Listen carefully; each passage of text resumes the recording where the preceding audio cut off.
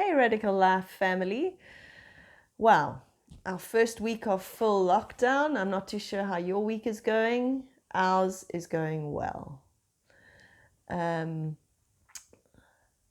have just been sensing a few things and I wanted to share them with you. At the beginning of March, we were away with leaders and we were busy spending some time praying, and I saw a picture of these pockets of light. And they were very, very disjointed and separate. And in this picture, they started to join, and I thought it was related to us leaders being together.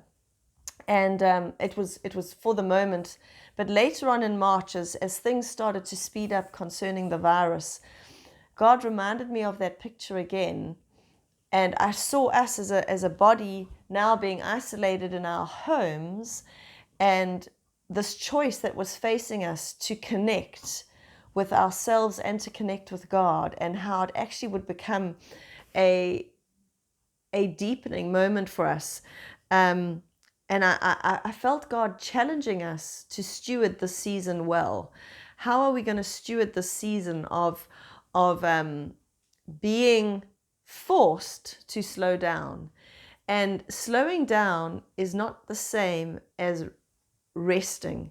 And resting, I don't mean lying on the couch watching movies for 12 days or 12 hours a day.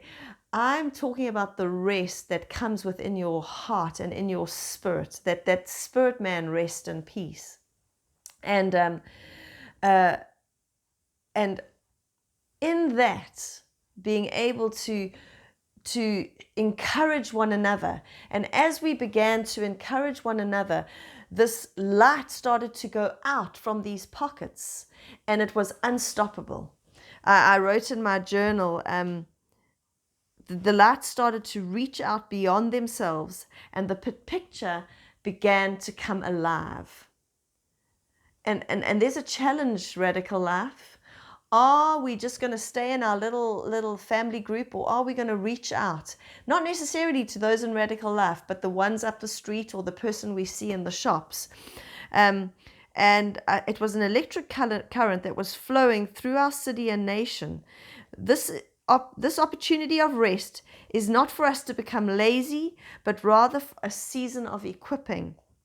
God is preparing his army, and when we arise out of this, we will be stronger, more coordinated, and sharper, and more prepared for battle. Often, if you think of a season, now we are going into spring. Life is about to be born. We're coming out of winter. Those trees outside were not dead. They were preparing for spring and summer.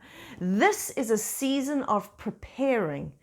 This is a season where God is preparing his church, and he's calling us back to the basics of drawing close to him and listening to him and being one with him.